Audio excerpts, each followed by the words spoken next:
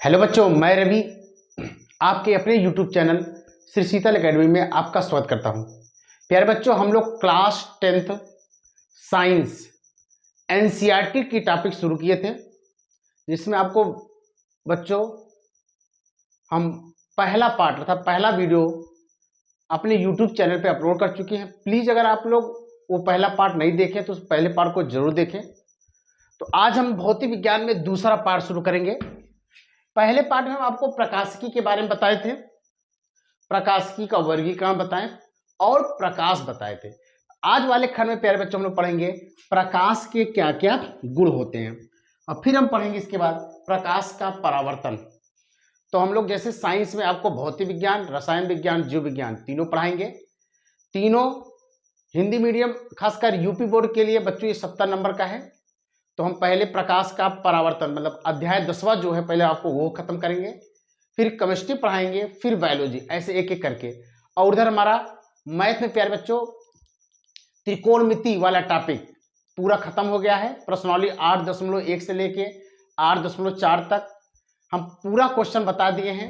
और प्लेलिस्ट में बच्चों प्लेलिस्ट वाले सेक्शन में आप देखेंगे तो वहाँ मैथ का प्लेलिस्ट बनी है जिसमें 15 वीडियो हैं।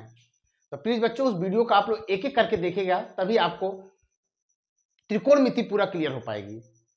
तो हम मैथ और साइंस पूरी कोशिश करेंगे कि नवंबर लास्ट तक आपका सिलेबस खत्म हो। आइए देखते हैं प्रकाश का गुण, प्रॉपर्टीज ऑफ लाइट। प्रकाश के क्या क्या गुण होते हैं। कल हम पढ़े थे प्रकाश क्या होता है, तो बताए थे परिभाषा को। प्रकाश एक प्रकार की विकिरण ऊर्जा है जो हमारे आंख की रेटिना को उत्तेजित करके हमें वस्तु का आभास कराती है।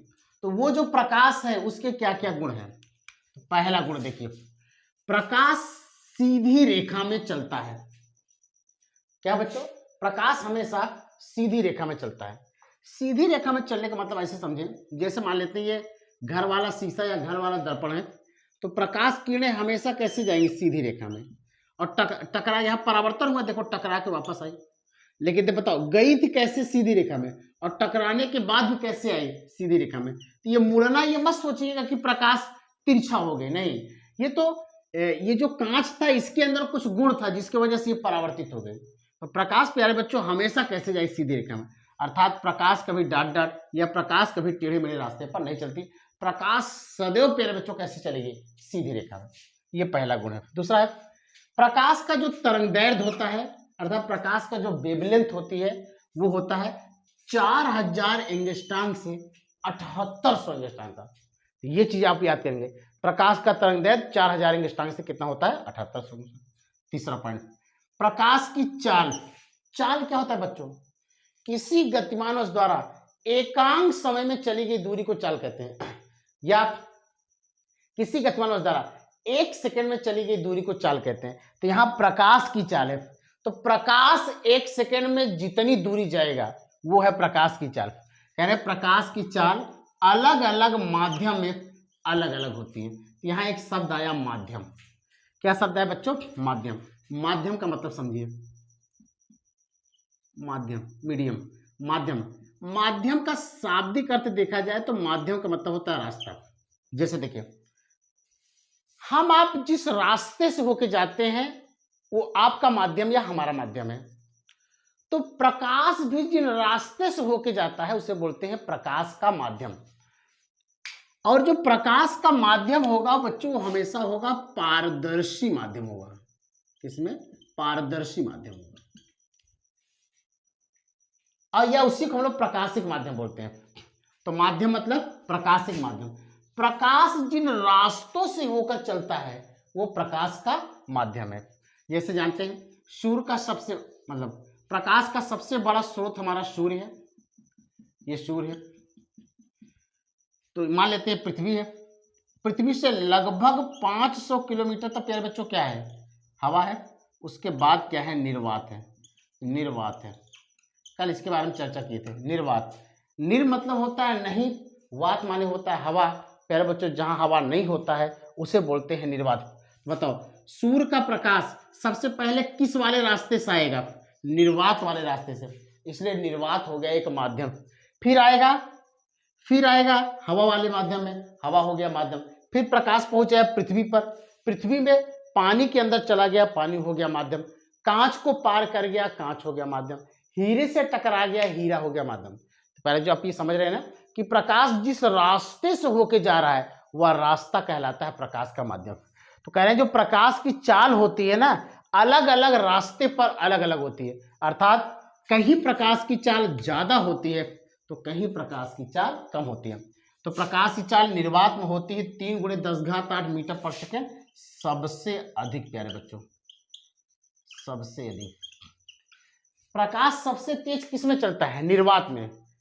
एक चीज थोड़ा और हम आपको बता देते हैं, माध्यम दो प्रकार का होगा, एक होगा सघन माध्यम और दूसरा होगा विरल माध्यम। सघन मतलब बच्चों जैसे हम लोग गांव के भाषा में कहते हैं गजीन, पास पास, लगे लगे। तो सघन का मतलब होता है जब माध्यम के कण पास पास होते हैं उसे बोलते हैं सघन, और गांव वाली भाषा में उसको हम क्या बोलते हैं? गजीन। विरल, विरल मतलब गांव कहते हैं बीरड़ हो गया, गेहुआ बीरड़ होगा, तो बीरड़ का मतलब होता है दूर दूर। जब माध्यम के कण दूर दूर होंगे तो वो माध्यम होगा विरल, और जब पास पास होंगे वो माध्यम होगा सघन। तो जैसे यहां देखिए, हम आपसे पूछे निर्वात बताओ, निर्वात सघन होगा या विरल? तो प्यारे बच्चों एक बात आपने दिमाग में रखिए, कोई माध्यम अकेले सरल सॉरी कोई माध्यम अकेले सघन या विरल नहीं होता। जैसे मान लीजिए भाई एक छोटा बच्चा है, उसको हम अपने पास में लाके खड़ा किए, उससे प्रश्न पूछे, 10 क्वेश्चन पूछे और पता चला वो 10 नहीं बता पाया, तो क्या पढ़ने में तेज होगा कमजोर? तो कोई बच्चा पढ़ने में तेज होगा या कमजोर ये तब पता होगा जब उसके क्लासमेट के 2 बच्चे होंगे, हम दोनों से अलग अलग प्रश्न पूछे, जो प्रश्नों को ज्यादा उत्तर दे देगा वो तेज होगा, जो नहीं दे पाएगा वो कमजोर होगा। ऐसी बात नहीं, अब मान लीजिए कि छोटा बच्चा है, अब उसको हम हाई स्कूल लेवल का क्वेश्चन पूछ रहे हैं तो कहाँ बता पाएगा? तो वही, तो जैसे कोई विद्यार्थी न पढ़ने में तेज होता है ना ही कमजोर जब तक दूसरे विद्यार्थी की तुलना नहीं करते, उसी प्रकार से प्यारे बच्चों कोई माध्यम अकेले ना ही सघन होगा ना ही क्या होगा? विरल होगा। जैसे हम बोले निर्वात सघन है विरल, तो बताएंगे निर्वात ना ही सघन है ना ही क्या है? विरल है। तो इस अब जैसे यहाँ लेते हैं हवा, अब हवा की अपेक्षा निर्वात के कण थोड़ा दूर दूर होते हैं, हवा का कण पास पास, तो निर्वात के सापेक्ष हवा सघन है और हवा के सापेक्ष, देखिए फिर समझिए, जैसे देखिए हवा में कण पास पास, तो निर्वात के सापेक्ष हवा सघन है, लेकिन हवा के सापेक्ष निर्वात आपका क्या है? विरल है। हवा के बाद हम पानी ले लें, तो पानी के कण तो और पास पास होते हैं। आप समझिए, पानी जो है हवा के सापेक्ष कैसे है? सघन है। हवा निर्वात के सापेक्ष विरल नहीं, हवा जो है देखिए हवा का पास पास, हवा जो है निर्वात के सापेक्ष सघन है, लेकिन वही हवा पानी के सापेक्ष विरल है। बताओ, हवा विरल भी हो रही है और सघन भी। तो कुछ समझे नहीं आप? तो कोई माध्यम अकेले सघन और विरल नहीं होता। जैसे चलिए एक हीरा ले लेते हैं, हीरा, हीरा तो और गजीन होता है, हीरे के कण तो एकदम पास पास। जैसे देखिए हीरा, या पहले पानी देखें, पानी जो है हीरा के सापेक्ष विरल है, लेकिन पानी हवा के सापेक्ष सघन है। बताइए, पानी एक बार विरल हो रहा है और एक बार सघन हो रहा है। तो कोई माध्यम अकेले प्यारे बच्चों ना ही विरल होता है ना ही सघन, जब तक उसकी 2 माध्यमों की तुलना न की जाए। तो देखिए, तो जो माध्यम, एक चीज समझिए, जो माध्यम जितना सघन होगा, जब माध्यम सघन होगा अर्थात उनके बीच की दूरी कम होगी। बीच, तो न्यूटन साहब एक फार्मूला बताए थे, उस फार्मूले से आता है यह व्युत्क्रम पाते 1/r²। अगर माध्यम सघन है तो दूरी हो जाएगी कम, दूरी कम होगी तो बल होगा ज्यादा, अब बल जब ज्यादा होगा तो उस माध्यम के कणों को तोड़ने में हमको ज्यादा बल लगाना पड़ेगा। इसका कहने का मतलब यह है, जैसे हम बोले कि हवा में दौड़ना आसान है या पानी में, तो आप जवाब क्या देंगे? तो आप बताएंगे हवा में दौड़ना आसान है। क्यों? क्योंकि हवा के कण पानी की अपेक्षा दूर दूर होते हैं, जब दो कणों के बीच की दूरी ज्यादा होगा, बल कम होगा, बल कम होगा तो उनको तोड़ने में हमारी एनर्जी कम लगेगी। जब एनर्जी हमारी कम लगेगी तो आसानी से दौड़ेंगे। पानी में दौड़ना कठिन क्यों है? क्योंकि पानी के कण हवा की अपेक्षा पास पास होते हैं, बल ज्यादा लगेगा। अब उस बल को तोड़ने में हमको ज्यादा ताकत लगानी पड़ेगी। जब हम ज्यादा ताकत लगाएंगे प्यारे बच्चों तो हमारी एनर्जी ज्यादा होगी और हम जल्दी से थक जाएंगे। इसी वजह से हम पानी में आसानी से नहीं दौड़ सकते हैं, जबकि हवा में आसानी से दौड़ सकते हैं। ये पूरी कहानी प्यारे बच्चों माध्यम के लिए। तो जैसे अब कह रहे हैं निर्वात में प्रकाश सबसे तेज जाता है, 3 × 10⁸ मीटर पर सेकंड, या 1 सेकंड में जाता है 3 लाख किलोमीटर।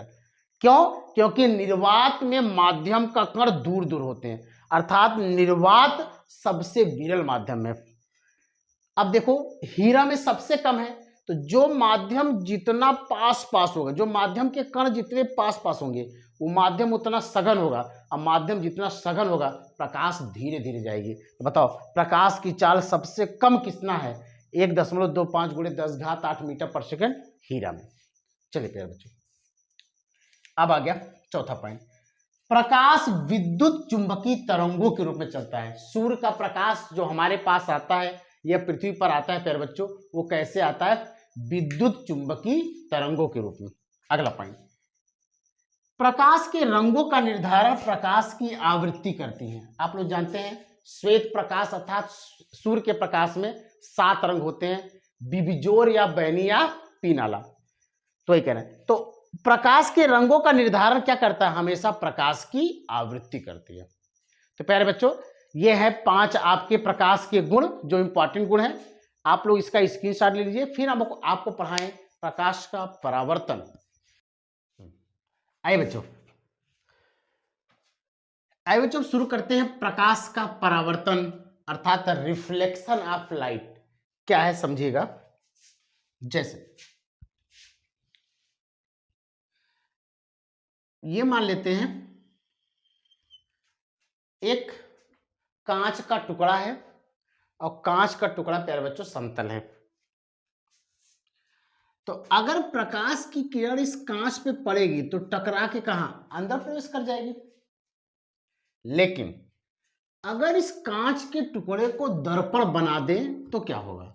तो कांच के टुकड़े को दर्पण बनाने के लिए प्यारे बच्चों 2 काम होता है। क्या 2 काम होता है? देखिए पहला काम क्या करते हैं, जैसे जो प्लेट होगी, प्लेट की एक सतह पर Hg से कलई करते हैं। Hg मतलब पारा, पारे से कलई करते हैं और फिर इसके ऊपर एल्यूमिनियम के लाल व नीले ऑक्साइड से पेंट करते हैं। अगर कांच की किसी एक सतह पर पारे से कलई करके उसके ऊपर एल्यूमिनियम के लाल व नीले ऑक्साइड से पेंट कर दिया जाता है, तब वह कांच का टुकड़ा कांच ना रह करके इसको हम लोग बोलते हैं समतल दर्पण। अंग्रेजी में इसको बोलेंगे प्लेन मिरर। अब ये कांच का टुकड़ा नहीं प्यारे बच्चों, ये समतल दर्पण है। आइए तो सुनिए, तो कांच के टुकड़े में जिस साइड पेंट किया जाता है तो वो हो गया Hg से कलई हुए एल्यूमिनियम के लाल व नीले ऑक्साइड पेंट करते हैं। जैसे घर वाले शीशा देखें तो सामने वाला सतह एकदम चमकीला होता है, लेकिन पीछे वाले सतह पर 2 काम होगा। एक Hg से कलई करते हैं, वो जो Hg पारा से प्यारे बच्चों कलई करते हैं उसी वजह से सामने वाला पृष्ठ चमकीला दिखाई देता है। फिर उसके ऊपर एल्यूमिनियम के लाल व नीले ऑक्साइड से पेंट करते हैं। जिस साइड कलई या पेंट नहीं करते हैं उस वाली सतह को बोलते हैं परावर्तक तल, परावर्तक तल, या इसी को बोलते हैं चिकना तल। परावर्तक तल या चिकना तल क्या है? जिस साइड, जैसे देखिए ये मान लेते हैं कांच का एक प्लेट है, तो इसके नीचे साइड हम Hg से कलई व एल्यूमिनियम के लाल व नीले ऑक्साइड पेंट कर दिया। तो प्यारे बच्चों जो ऊपर वाली सतह है यही आपका है परावर्तक तल या चिकना तल, और प्रकाश का परावर्तन हमेशा कहाँ होता है? चिकने तल पर। अब देखते हैं, तो आप क्या सीखे? तो कांच के टुकड़े को दर्पण बनाने के लिए क्या करते हैं? कांच के टुकड़े के किसी एक सतह पर Hg से कलई करके एल्यूमिनियम के लाल व नीले ऑक्साइड से पेंट करते हैं। जिधर पेंट या कलई नहीं करते हैं उसे बोलते हैं परावर्तक तल या चिकना तल। तो परावर्तन तल किसे कहते हैं? या ऐसे बोल सकते हैं, जिस कांच के जिस सतह पर प्रकाश का परावर्तन होता है उसे परावर्तन तल कहते हैं। अब क्या होगा प्रकाश का परावर्तन, समझिए। तो ये आपका क्या है? कांच का टुकड़ा, और जैसे इस पे हम लोग Hg से कलई व एल्यूमिनियम के लाल व नीले ऑक्साइड से पेंट किए, ये कांच का टुकड़ा ना रह करके प्यारे बच्चों ये बन गया दर्पण। और दर्पण में कौन सा? समतल दर्पण। तो ये हवा में रखा है, मान लेते ऊपर वाला माध्यम क्या है? जहां रखा है ऊपर वाला माध्यम हवा है, ये वाला माध्यम कांच है। तो परावर्तन क्या है? जब प्रकाश की किरण किसी एक माध्यम से होते हुए किसी दूसरे माध्यम से टकराकर पुनः उसी माध्यम में वापस लौट आए, तो प्रकाश के इस घटना को प्रकाश का परावर्तन कहते हैं। कौन सी घटना? प्रकाश के किरण का किसी तल से टकराकर पुनः उसी माध्यम में वापस लौट आना, यह घटना कहलाती है प्रकाश का परावर्तन। जैसे मान लेते ये वाला माध्यम क्या है? हवा। ये वाला माध्यम आपका क्या था? कांच अर्थात दर्पण था। परिभाषा ऐसे भी लिख सकते हैं कि जब प्रकाश की किरण हवा वाले माध्यम से होते हुए कांच वाले माध्यम से टकराकर पुनः हवा वाले माध्यम में वापस लौट आए, तो प्रकाश के इस घटना को प्यारे बच्चों बोलते हैं प्रकाश का परावर्तन। तो परावर्तन में लिख सकते हैं हम लोग, परिभाषा नीचे लिख देते हैं कि जब प्रकाश की किरण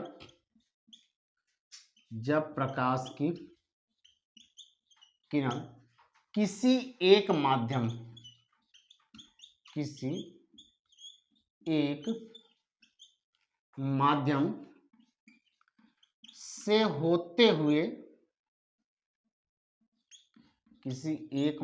से होते हुए किसी दूसरे माध्यम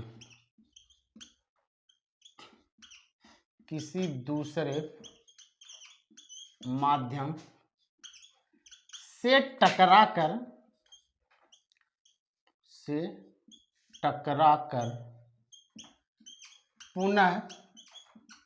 पुनः उसी माध्यम में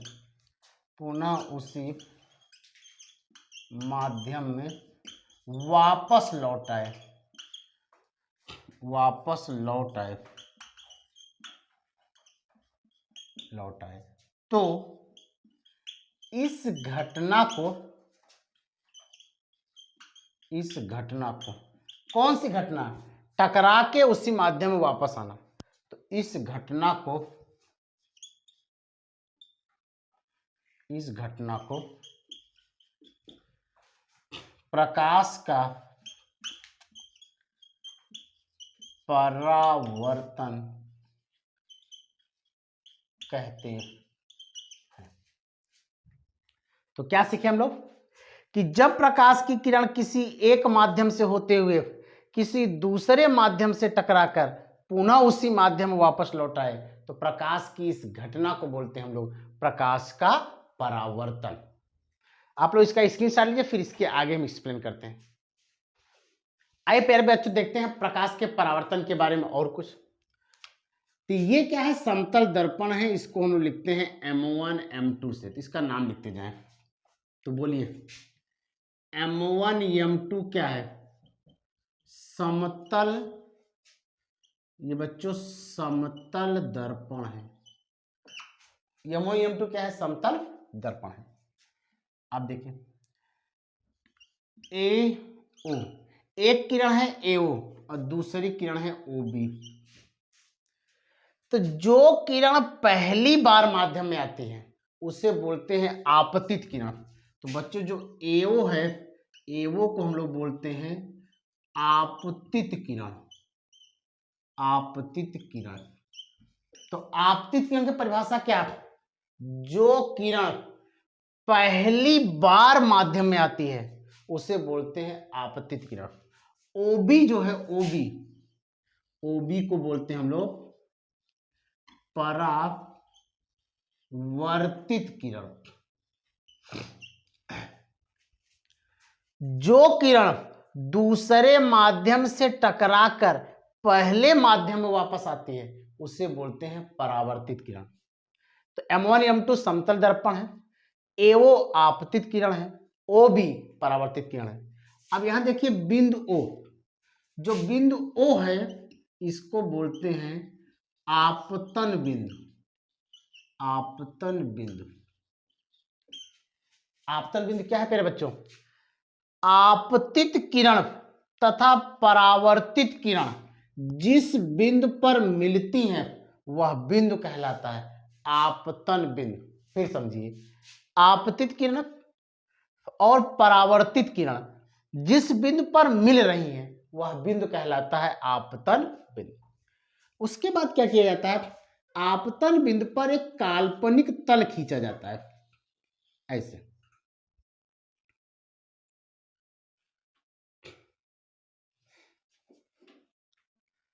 इसका नाम है एन डैश। तो एन डैश क्या है? इसको बोलते हैं अभिलंब। अभिलंब है, अंग्रेजी में इसको नॉर्मल बोलते हैं। देखिए लंब और अभिलंब अंतर है। यदि कोई किरण किसी तल पे सीधा आए और यहाँ 90 डिग्री का कोण बनाए, ये होगा लंब। यदि कोई रेखा किसी तल पर आए उसको पार हो जाए, इसे बोलते हैं अभिलंब। अंदर चले, अभि माने अंदर, अंदर चली जाए तो अभिलंब, और वहीं पर रुक जाए तो लंब। तो ये लंब और अभिलंब है। तो आपतन बिंदु पर ऐसे एक काल्पनिक तल खींचा जाता है। तो देखिए ऐसे तुम किसी रेखा को खींच नहीं सकते, तो इसको ऐसे ना खींच करके इसको ऐसे खींचते हैं। तो एन डैश बच्चों क्या हो गया? अभिलंब हो गया। अब यहां देखिए कुछ कोण बन रहे हैं। देखो आपतित किरण एओ है, ओबी है परावर्तित किरण, एन डैश अभिलंब है, ओ आपका है आपतन बिंदु है। देखिए आपतित किरण और अभिलंब के बीच देखिए कोण बन रहा है। तो आपतित किरण तथा अभिलंब के बीच बने कोण को बोलते हैं आपतन कोण। ये कोण आई, कोण आई क्या है? ये है आपतन कोण है प्यारे बच्चों। कौन सा कोण है? आपतन कोण। फिर देखिए परावर्तित किरण तथा अभिलंब के बीच बने कोण को परावर्तन कोण कहते हैं। तो कोण R जो है वो है परावर्तन कोण। I आपतन कोण और R परावर्तन कोण। तो क्या क्या सीखे हम लोग इसमें? M1 M2 को समतल दर्पण बोलते हैं, प्लेन मिरर अंग्रेजी होती है। AO आपतित किरण होती है, NC डेंस रे। परिभाषा क्या थी? जो किरण पहली बार माध्यम में आई उसे आपतित किरण। OB परावर्तित किरण है, जो किरण दूसरे माध्यम से टकरा के पहले माध्यम जा रहे हो परावर्तित किरण। आपतित किरण परावर्तित किरण जहां मिलते हैं उसे बोलते हैं आपतन बिंदु, और आपतन बिंदु पर एक काल्पनिक तल खींचा जाता है जिसे बोलते हैं अभिलंब, जिसका नाम है एन डैश। आपतित किरण और अभिलंब के बीच एक कोण बन रहा है जिसे बोलते हैं आपतन कोण, और परावर्तित किरण तथा अभिलंब के बीच एक कोण बन रहा है जिसे बोलते हैं परावर्तन कोण। तो आई प्यारे बच्चों हो गया आपतन कोण और आर हो गया परावर्तन कोण। अब इसी में हम लोग पढ़ेंगे परावर्तन के नियम। तो आइए यही नीचे देख लेते हैं परावर्तन के नियम। यहां देखिए परावर्तन के नियम, परावर्तन के नियम, law of reflection, law of reflection, परावर्तन के नियम। परावर्तन के प्यारे बच्चों दो नियम हैं। प्रथम नियम, परावर्तन का प्रथम नियम क्या कहता है?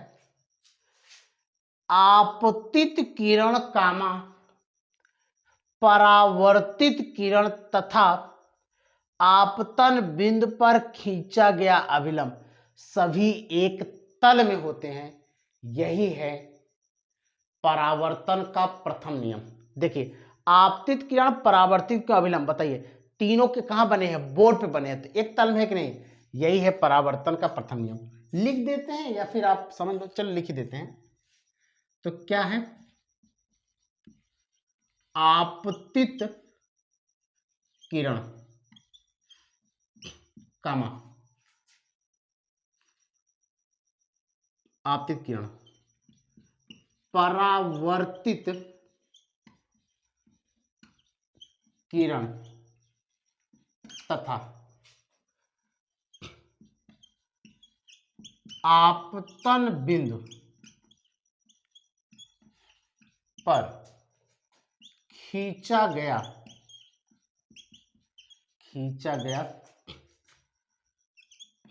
अभिलंब सभी एक तल में होते हैं। यह है परावर्तन का प्रथम नियम। द्वितीय नियम समझिए।